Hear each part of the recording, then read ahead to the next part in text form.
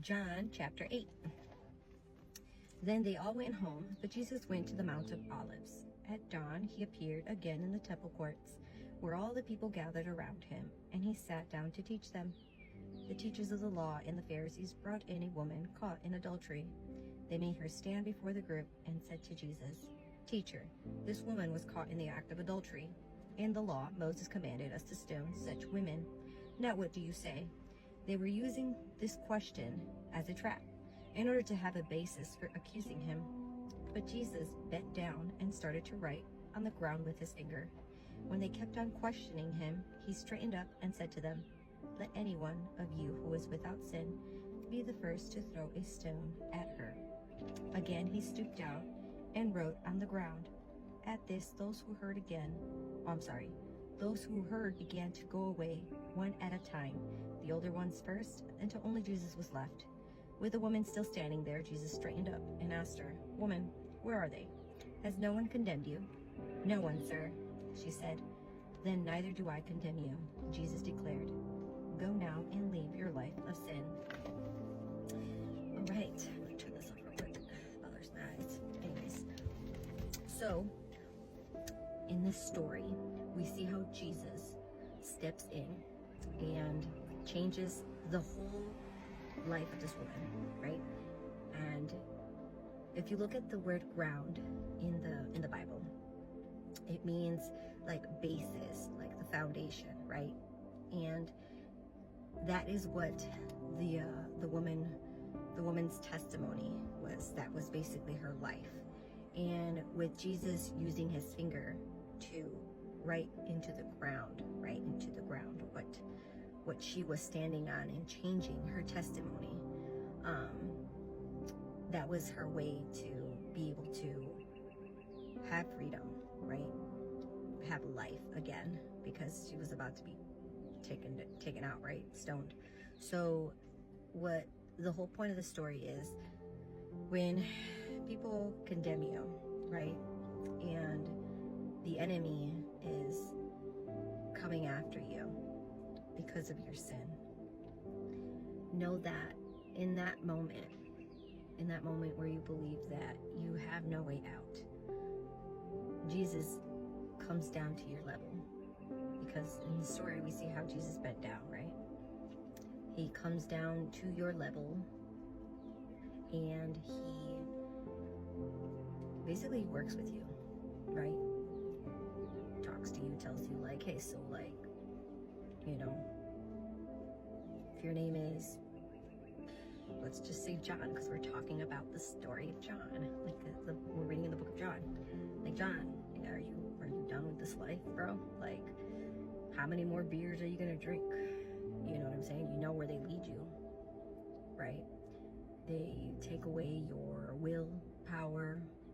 You're not able to function with this beer in your life. It's taken over your ability to even want to live. You don't take care of yourself. All you care about is just forgetting your problems and drinking them away, right? And God is just, that's like the picture of Jesus when he's like down there, right? Rewriting the story. He's just like, bro, like, I can change your life. He's talking to you. He's like, this is what it's looking like. It's like he's giving you an offer, right? And John's like thinking it over, right?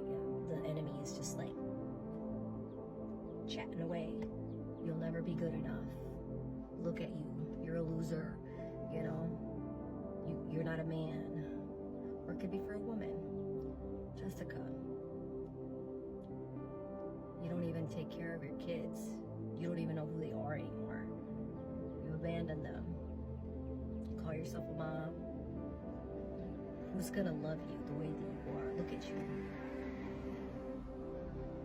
Like, why are you even alive? You make no difference in this world. You know, so while the enemy is doing that, Jesus is there with you in that place, because he's coming down to your level. He's like, hey kid, let me in. I want to change your life. But are you gonna let me, you know? And then after he talks to you, right? He tells the enemy, hey, leave her alone. Hey, leave him alone. You know, John is my child. Jessica's my child, you know? And in that moment, mercy, right? He silences those voices. And then he comes to you and he tells you, if you want to change, you have to change your way of living. You got to turn away from it completely. Because I'm trying to give you a new beginning. I'm trying to make something new out of you. He's going to use your testimony, right? Because that's where the power is, to be able to bring other people out of that, right? If it's alcohol, if it's, you know, drugs, if it's, you know, the life of whoredom, you know, lying, manipulating, thievery, all of those things, right? And if it's your way of life, and God is trying to change that, that is for you to make a decision, right? So that He can work in you, so that you can pull others out and do the same for them. You step into their lives and you speak to them the way He spoke to you, to set them free as well.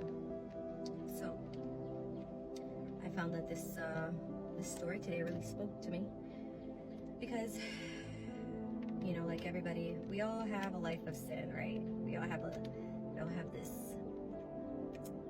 past that is there, right? And the enemy wants to condemn you for it. But God says otherwise, right?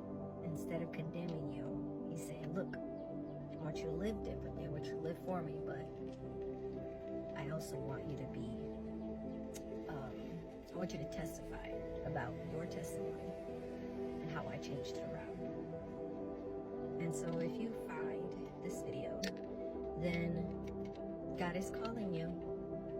He's calling you to change your ways, and He's there with you, and He's knocking on that door of your heart, and He's giving you this offer to change your life. But the question is, will you take this opportunity like this woman did? And He declared her free, and He gave her life. And like His word says, Jesus came to give us life and life more abundantly. He says that we would walk in the light, right? Never in darkness. We will walk through darkness, but we will not be walking in darkness. There's a difference. He will be with you. No more like going through problems on your own, you know? Because in this life we will have trials and tribulations, but it's better when you're with Jesus for some reason. Spoiler alert, it's way better with Jesus. And so yeah, I'm gonna wrap this video up. You guys, love you guys so much.